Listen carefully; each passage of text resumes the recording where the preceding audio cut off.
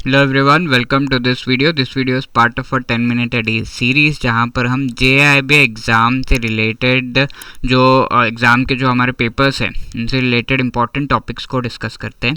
IND-IFS का module A chapter 12 इसका एक टॉपिक हम डिस्कस करें, मॉड्यूल B चैप्टर 12 उसका एक टॉपिक हम आज डिस्कस करें, डेफिनेशन ऑफ इकोनॉमिक्स। ओके, तो this is the first chapter of module B and यहाँ पर इकोनॉमिक्स से रिलेटेड बातें की गई है कि क्या डेफिनेशन है, what are the different types of economies, ये सब।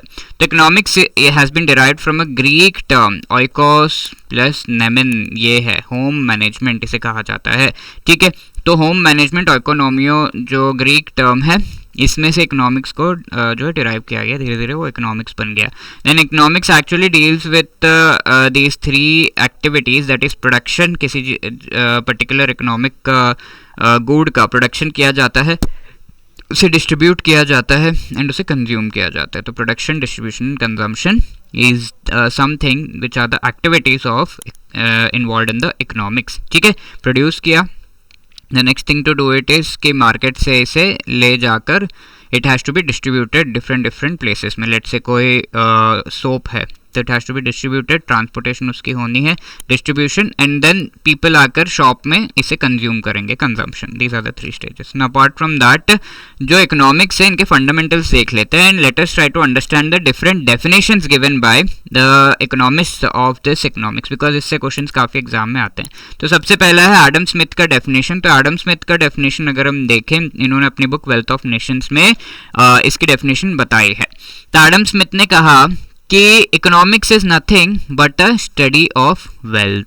ठीक है, वेल्थ की स्टडी होती है, बिकॉज पहले ज़माने में लोग काफ़ी वेल्दी होते थे, कहाँ से कहाँ वेल्थ, कहाँ इन्वेस्ट करना, कहाँ पैसे लगाने, इसी की स्टडी को हम इकोनॉमिक्स कहते हैं, ऐसा कह दिया। ओके, तो ये बहुत ज़्यादा लोगों को कन्विंसिंग उतना लगा नहीं, तो आगे जाकर और भी डेफिनेशन दिए गए। How wealth is produced, consumed, यही है, मटीरियलिस्टिक डेफिनेशन है, इसे हम वेल्थ डेफिनेशन भी कहते हैं। तो वेल्थ डेफिनेशन किसने दिया है? एडम स्मिथ ने। तो इनमें से कोई एक आ जाता है कि ये डेफिनेशन किसने दिया, ऐसे करके, या फिर उससे related question.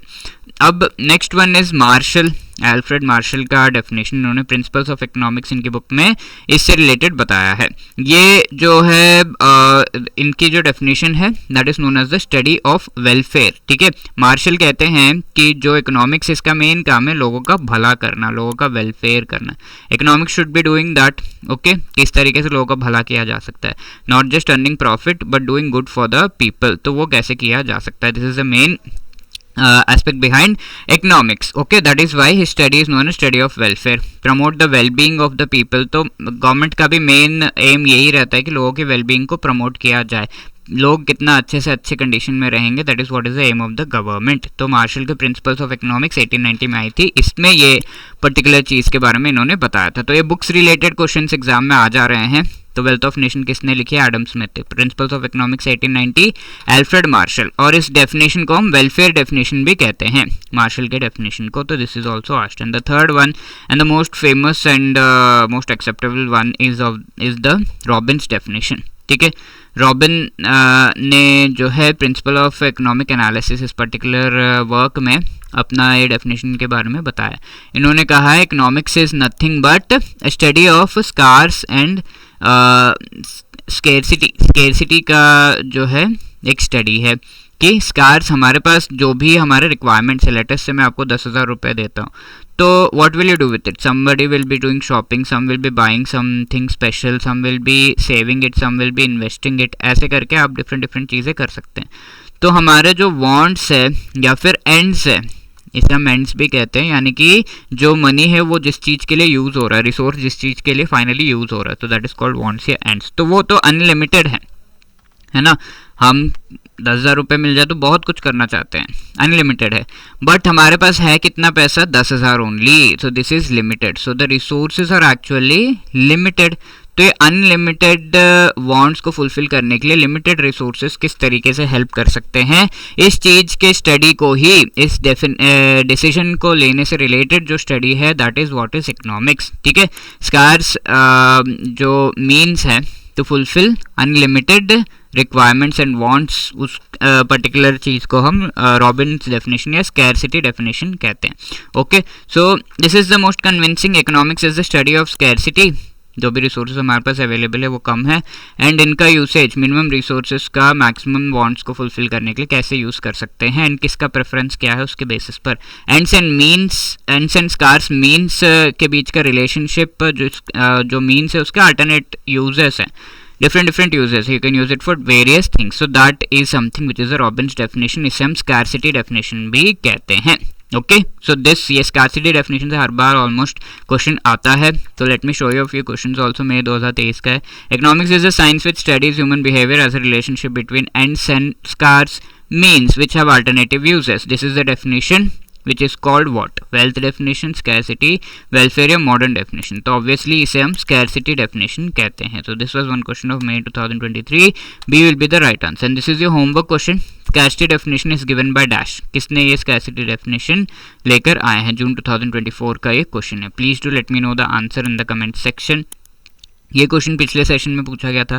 Which among the following is are the concerns due to migration, over exploitation of resources, soil degradation, water degradation. तीनों ही चीज़ें हैं ना। माइग्रेट कोई करेगा तो रिसोर्स का ओवर एक्सप्लॉयटेशन एक ही जगह पे, फॉर एग्जांपल शिमला में बहुत सारे लोग, माइग्रेट तो नहीं, टूरिज्म इतना होता है, लोग रिसोर्सेज इतना यूज़ करते हैं कि बहुत ज़्यादा वहाँ पर ओवर एक्सप्लॉयटेशन हो जाता है रिसोर्सेज का, साथ के साथ बहुत ज़्यादा पोल्यूशन, कचरा, सब कुछ हो जा रहा है। सॉइल डिग्रेड हो रहा है एंड वाटर भी डिग्रेड होता है when you over exploit the resources. So all the three are correct. D 1, 2 and 3 is the right answer.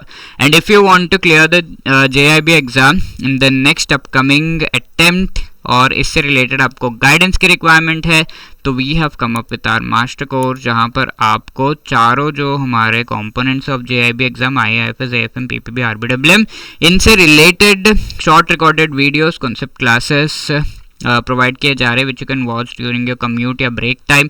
Short notes each and every chapter के क्विज प्रोवाइड किए जा रहे हैं, full length mock test and also live classes before the exam which you can utilize for revision के लिए, most important topics के revision के लिए लाइव क्लासेस कराए जा रहे हैं।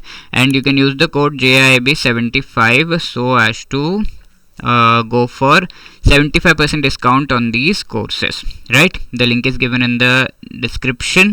और ये जो कूपन कोड है ज़्यादा डिस्काउंट वाला भी हो सकता है, so you can check out the description for the coupon code of the discount, ठीक है।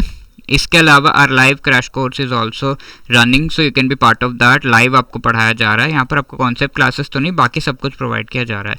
तो लाइव क्रैश कोर्स का लिंक भी आपको डिस्क्रिप्शन में मिल जाएगा। If you have any other queries call on this number या drop a mail at hello@edutab.co.in। तो wishing you all the best. Thank you so much. जय हिंद।